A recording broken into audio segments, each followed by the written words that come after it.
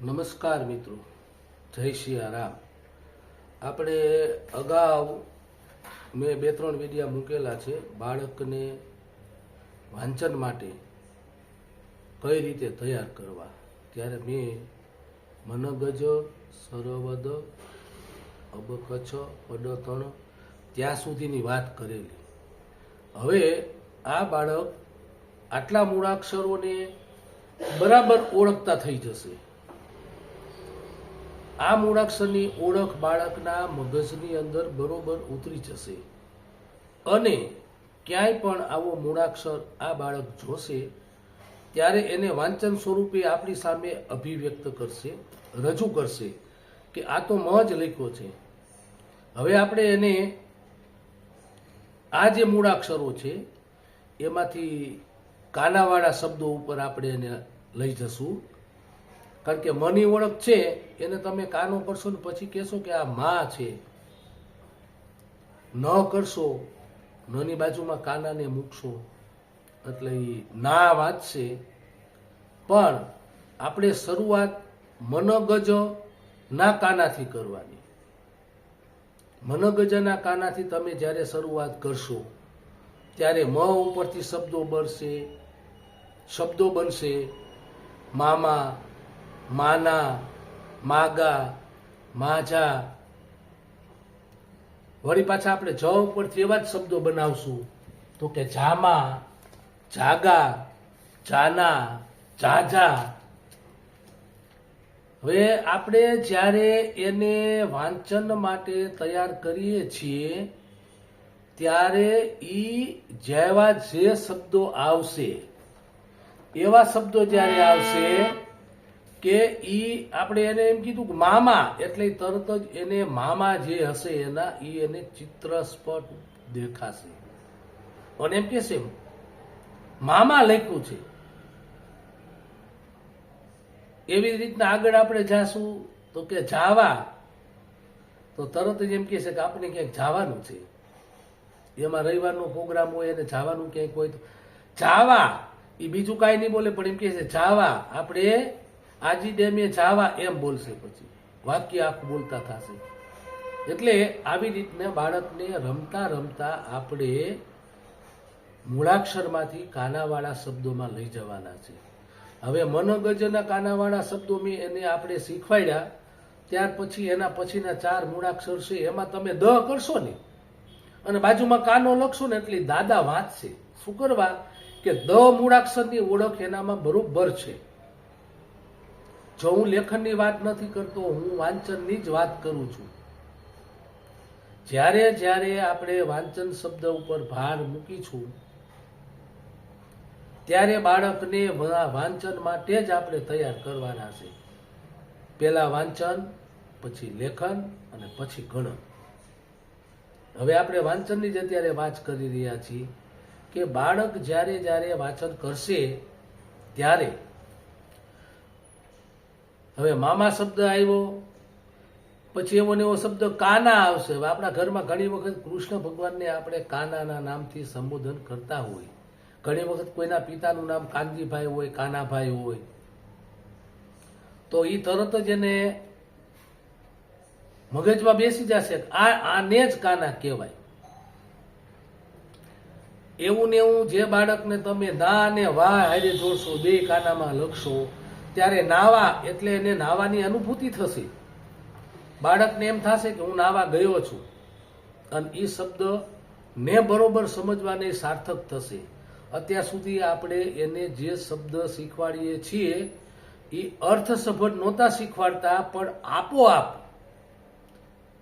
આપોઆપ બાળક અર્થસભર શબ્દો શીખશે.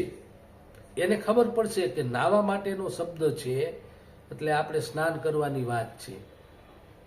એટલે એ તરત જ એને મગજમાં બેસે કે હા નાવા શબ્દ આવ્યો. નાવા, જાવા, જાગા, જામા, ચરકસી જામા એટલે તરત જામા એટલે એને એમ દેખાય. આ જે બાળકને મગજના સ્મૃતિપટ ઉપર આ મૂળાક્ષરોની ઓળખ આપણે કાનાથી કરશું, ત્યારબાદ આપણે એક માત્ર વાળા શબ્દો આપણે એને લેશું અને ઘણા બધા શબ્દો કાના વાળા અંતે થાય છે. હું કબ છો, કબ છો. પછી આ જેટલા આપણે શબ્દો જે શીખ્યા એને મૂળાક્ષર જે શીખવાડ્યા છે એની અંદરથી જ આપણે માત્રાવાળા કાનાવાળા બે શબ્દો સાથે લેવું. માનું કે મહેતા, મેવા, દેવા, નેજા, જેવા. હું અત્યાર સુધી બે અક્ષરવાળા શબ્દો બોલતો હતો. કેના, જેવા. હવે આપણે 3 અક્ષરવાળા શબ્દો લેતા જવાનું. એમાં એકલા, મેનકા, જેરામ. જેરામ આવે એટલે તરત એમ થાય કોકનું નામ છે આ. સેવક, દેનાર, જેવાર. છત્રીના છ ને રાખીને છેવટ, કેમલ, રેવજ. ઘણા શબ્દો અર્થસભર વગરના છે, ઘણા શબ્દો એમાંથી અર્થ નીકળે છે. આ અર્થ જે નીકળે છે બાળક શીખતો જશે. એટલે આપણા બે કામ થશે. એ વાંચન જે કરે છે એ બરોબર એના મગજની અંદર ઉતરતું જશે અને વાંચતો જશે. હવે આ દરમિયાન એના મગજના સ્મૃતિપટ ઉપર બાળકને એ અક્ષરનો વળાંક બરોબર મગજમાં બેસી જશે. અત્યારે હાલમાં સત્રાંત પરીક્ષા ચાલી રહી છે. 1 થી 5 ની, 3 થી 5 ના પેપર છે, પછી 6 થી 8 ના પેપર આવશે. વેકેશનનો સમય આવશે. વેકેશનના સમયમાં આ વખતે 35 દિવસનું વેકેશન પડે. બાળકો ઘણા બધા ફ્રી હશે. નિશાળની અંદરથી ઘણું બધું બાળકોને શીખવાડેલું હશે. એનું પુનરાવર્તન તમે ઘરે કરાવો, ખાસ કરીને પહેલા વાળા ને બીજા વાળા બાળકો માટે. મારો અનુભવ છે કે 7મા ધોરણના બાળકને વાંચતા ન આવડતું હોય અને આ મેં બનાવેલી જે મારે પોતાના અનુભવના તરજુબાવાળી ચોપડી છે, અનુભવનો તરજુબો, 1 થી 5ના બાળકો માટે તો વાંચન એને આવડે છે. જેમ ઉંમર મોટી થતી જાય એમ એ શબ્દને ઓળખતો થાય, વાક્યને ઓળખતો થાય અને ધીમે ધીમે વાક્યને ઓળખતો થાય, અર્થસભર વાક્ય બોલતો જાય. પછી વાક્ય શું કહેવા માંગે છે એને ખબર પડે. આ દરમિયાન આપણે એને ધીમે ધીમે ધીમે મનોગજ લેખન ચાલુ કરવાનું.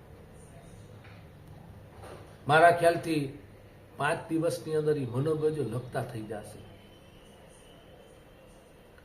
ત્યારે આપણે એને મનોગજના આપણે શબ્દો બોલવાના. આપણે બોલવાનું મ ગ એટલે બાળક એની પાટીમાં મ ગ લખશે. એટલું જ નહીં, પેલા મનમાં વાંચશે, પછી જોરથી પણ વાંચશે અને એને એટલો આનંદ આવશે કે મેં મગ લખ્યું, તમે બોલ્યા ને મેં લખ્યું. શ્રુત લેખન આવ્યું. આ બાળકને શ્રુત લેખન નાનેથી આપણે કરાવી તો મોટો થયા પછી એને ક્યાંય વાંધો ન આવે. નહીંતર એ પોતાની રીતે લખી શકે પણ શ્રુત લેખન ન કરી શકે. શ્રુત લેખન એટલે બીજી વ્યક્તિ બોલે છે અને એક વ્યક્તિ લખે છે. આપણે રામાયણનો ઉલ્લેખ કરીએ તો વાલ્મીકીજીએ રામાયણ લખ્યું, ગણપતિજીએ લખ્યું, પછી તો તુલસીદાસે રામાયણ લખ્યું, ઘણા બધાએ લખ્યું. આપણે એમાં નથી જાતા. આપણે તો આપણા બાળકને ક્યાંથી વાંચતા, કેવી રીતના વાંચતા, કેમ શીખવાડવું એમાં જ આપણે ધ્યાન દેવાનું છે. અને બાળકને આવડી જશે વાંચતા, આવડી જશે 100%. વાંચતા આવડી જાય તો લખતા આવડે ને આવડે. પણ જો બાળક પહેલા લખતા શીખી જાય તો વાંચનમાં ઘણો બધો સમય વયો જાય. કારણ કે એને લખવાનો મહાવરો ખૂબ પડી જાય પણ વાંચન ન કરી શકે. આપણે ઘણી વખત જોતા હોઈએ છીએ કે બાળકને 100 એકડા લખતા આવડે. 1 2 3 4 5 6 7 8 9 10, 10 ને 11, 10 ને 2 12, 10 ને 3 બધું ફટાફટ લખી નાખે.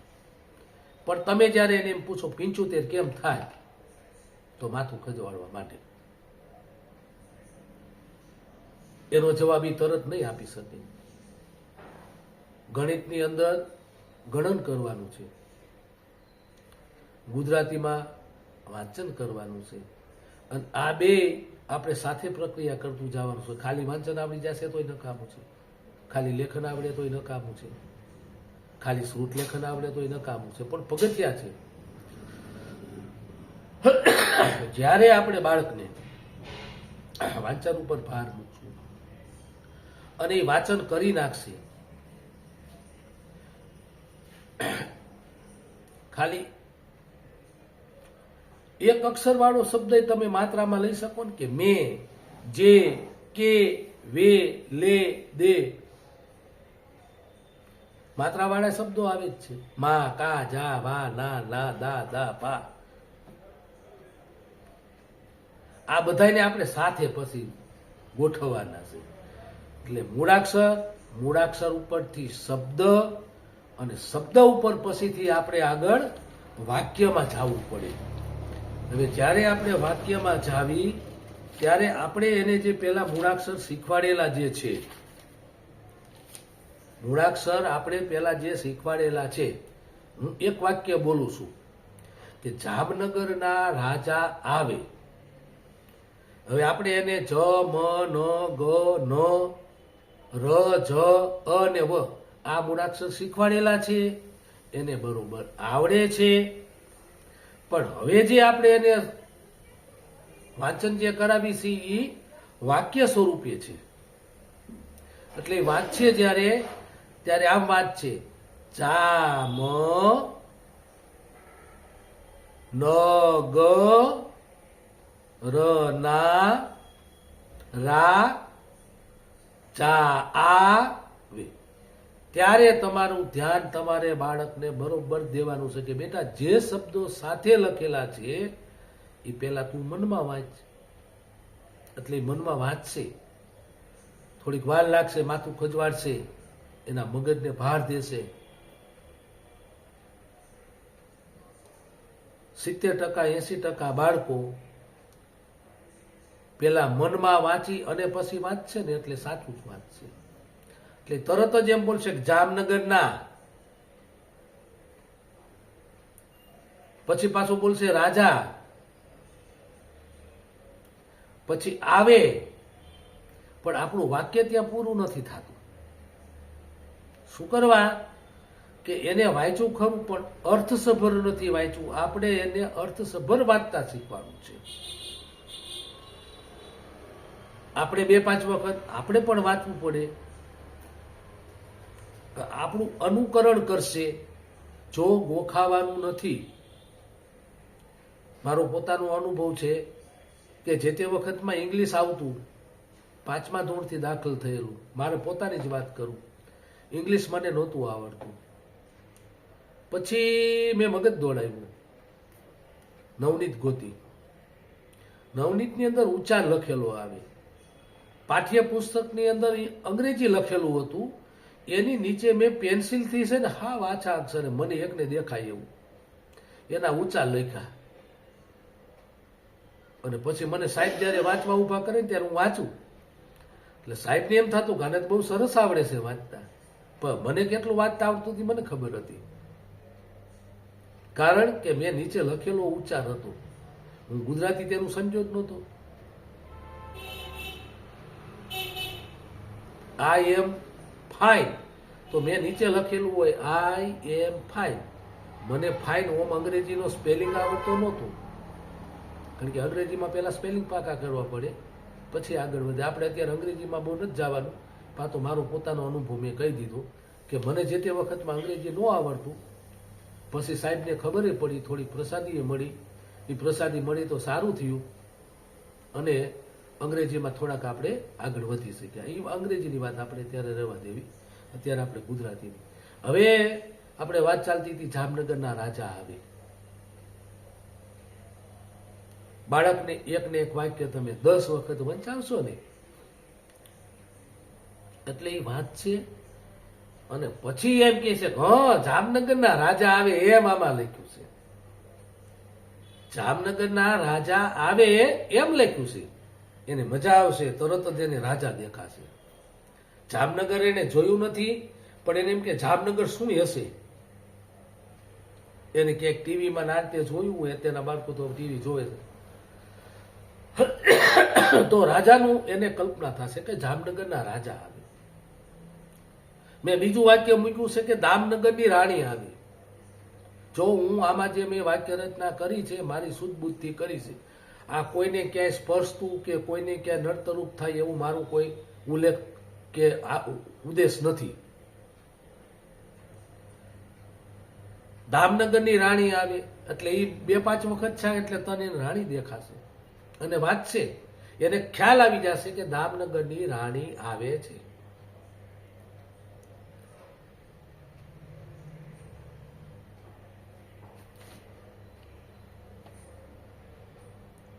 આ પ્રકરણની અંદર મેં રાજાની જ બધી વાત કરી છે.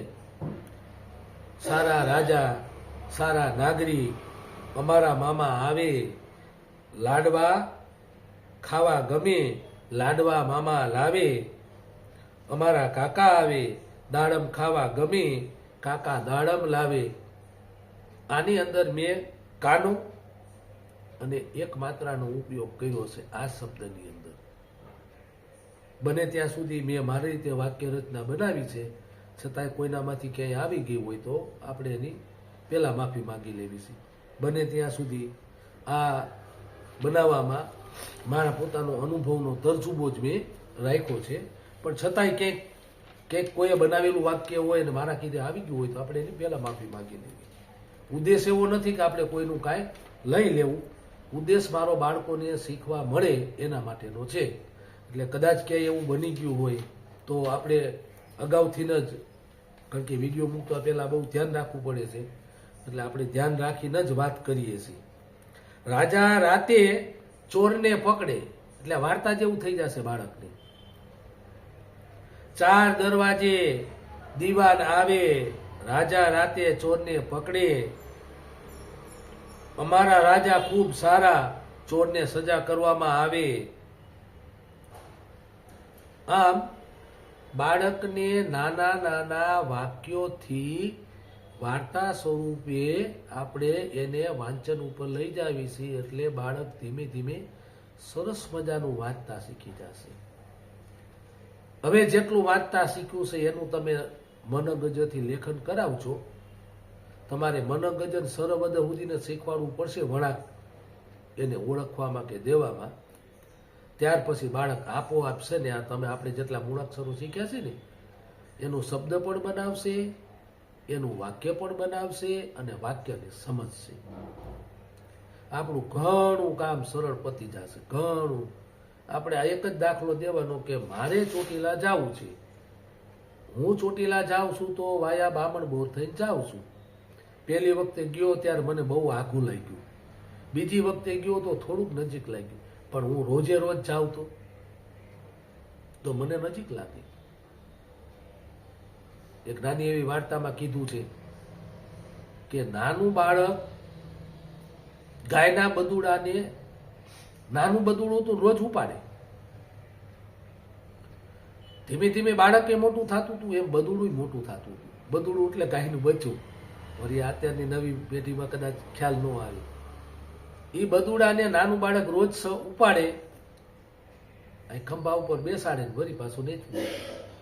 1 વર્ષ 2 વર્ષ 3 વર્ષ, બાળક 5 વર્ષનું થયું, બદુડું મોટું, તોય બાળક એ બદુડાને ઉપાડી શકતું હતું. શું કરવા કે એને એમ ખબર નહોતી કે બદુડું મોટું થઈ ગયું છે, કે પોતે મોટો થઈ ગયો છે એને ખબર નહોતી. પછી બદુડાને રોજ ઉપાડી લેતો. એમ સતત મહાવરો તો બાળકને વાંચનની અંદર ક્યાંય કોઈ જાતની તકલીફ પડતી નથી. જ્યાં સુધી જેનું વાંચન નબળું, એ ભણવામાં નબળો રહી જાય. કારણ કે જે લખ્યું છે એ વાંચતા એને ન આવડે તો ક્યાંથી આગળ વધી શકે. હવે તો શાળાઓમાં ઘણું બધું સારું છે, ઘણું બધું બાળકોને શીખવાડવામાં એટલી બધી એક્ટિવિટી પ્રવૃત્તિ આપવામાં આવે કે બાળક તૈયાર થઈ જ જાય છે. પાછું હવે આપણે ક્રેઝ આવી ગયો, અઢી વર્ષથી આપણે ચાલુ કરી દેવી. આ કેજી, લો કેજી, ઓલી કેજી, બાલવાટિકા આવી ગયો. હવે તો પછી પહેલામાં એક ઉંમરનો ડિફરન્સ થઈ ગયો કે પહેલા 5 વર્ષે દાખલ કરતા, હવે 6 વર્ષ પૂરા થાય પછી દાખલ કરે. એ ખૂબ સારું છે. અમે બધા 7 વર્ષે અમને દાખલ કરતા. અમે ભણતા ત્યાં 7 વર્ષ એટલે 7 વર્ષના કેવડા મોટા થઈ ગયા એટલે મૂળાક્ષરો શીખવામાં બહુ તકલીફ ન પડતી અને આવડી જતું. અત્યારે બાળકનું ટેલેન્ટ છે, અત્યારે બાળકો ખૂબ ટેલેન્ટ વાળા છે, બહુ હોશિયાર છે, બાળકો ઘણું બધું સમજી શકે છે. આપણે એને માર્ગદર્શન દેવાનું છે. જ્યાં બાળક અટકે ત્યાં માર્ગદર્શન આપો. બાળકને જેટલું માર્ગદર્શન આપશો એટલું બાળક તૈયાર થતું જશે. એની શીખવાની ઉંમર છે, આપણે શીખવાડવાની ઉંમર છે. આ બેનો પ્રાસ મળી જાય, શીખે ને શીખવાડે, શીખવાડે ને શીખે, તો બાળકને મજા આવે. અને આપણા બાળકને વાંચતા આવડતું હોય તો આપણને મજા આવે. આપણે ગૌરવભેર ક્યાંક આપણે કોઈ બેઠા હોય ને તો ત્યારે આપણે તરત છાપું આપે બાળકને આપી, લે તો વાંચતો બેટા, જો મારા બાબાને વાંચતા આવી ગયું, સરસ. આ કોમ્પિટિશન. તો ખોટી કોમ્પિટિશન, બાળકને વાંચતા નથી આવડતું, તમે છાપું પકડાય 5 મહેમાનની વચ્ચે બોલો કે વાંચતો તું, હવે એને આવડતું નથી, માથું ખજવાડશે, પણ છતાંય જવાબ એવો દેશે કે મારે ત્યાં નથી વાંચવું, મારે વાંચવું હોય તો આટલી વાત, પણ મારે વાંચવું નથી, નહીં વાંચે. શું કરવા? એને બચાવ કરી લીધો. બાળક એટલું ટેલેન્ટ વાળું છે, પોતાની ભૂલને છુપાવવાનો પ્રયત્ન કરી શકે છે. બાળકમાં જેટલું જ્ઞાન છે એટલું આપણામાં નથી, કારણ કે એનામાં એટલું બધું એનું માઇન્ડ છે કે આપણે કલ્પના ન કરી શકીએ. તમે વિચારો, નાનું બાળક કેટલું બધું શીખે છે. એ ગુજરાતી શીખે, ગણિત શીખે, પર્યાવરણ શીખે, આજુબાજુના માણસોમાંથી રહેવાનું, આ તે છે બધું શીખે, ખાતા પીતા શીખે. નાનું બાળક તીખું ન ખાય, ધીમે ધીમે શીખે. કોઈક ગળ્યું ન ખાય, કોઈક મોળું ન ખાય, કોઈક ખાટું ન ખાય, છતાંય શીખ. ઉંમર જ એવી છે, 11 વર્ષ સુધી બધું શીખવાનું જ છે. શીખે જ જાઓ, શીખે જ જાઓ. 70 વર્ષ પછી બધું મૂકે જાઓ, મૂકે જાઓ, મૂકે જાઓ. પછી ખાવાનું વહી જાય, શું કરો? મોઢામાં દાંત ઉગે, જોવાનું વહી જાય. આંખ્યું બેતાળા આવી ગયા, બેતાળાથી ચશ્માના નંબર આવી ગયા, કાનપુરમાં હડતાલ, સાંભળવાનું બંધ. એટલે એ સમય પ્રમાણે સમયનું કામ કરે. આપણે આપણું કામ કરવાનું છે. આપણે તો વિદ્યાર્થીને, આપણા બાળકને, હું ખાલી વાલીને કહેવા પણ આપણા પોતાના સંતાનો માટે આપણને ખૂબ ઉપયોગી છે. અને બનાવ્યું છે આપ સૌને. આ મારો વિડીયો કદાચ પસંદ આવે તો લાઈક કરજો, સબસ્ક્રાઈબ કરજો, અને તમારા બાળકની ખૂબ ખૂબ પ્રગતિ થાય એવી અપેક્ષા છે. જય શ્રી રામ.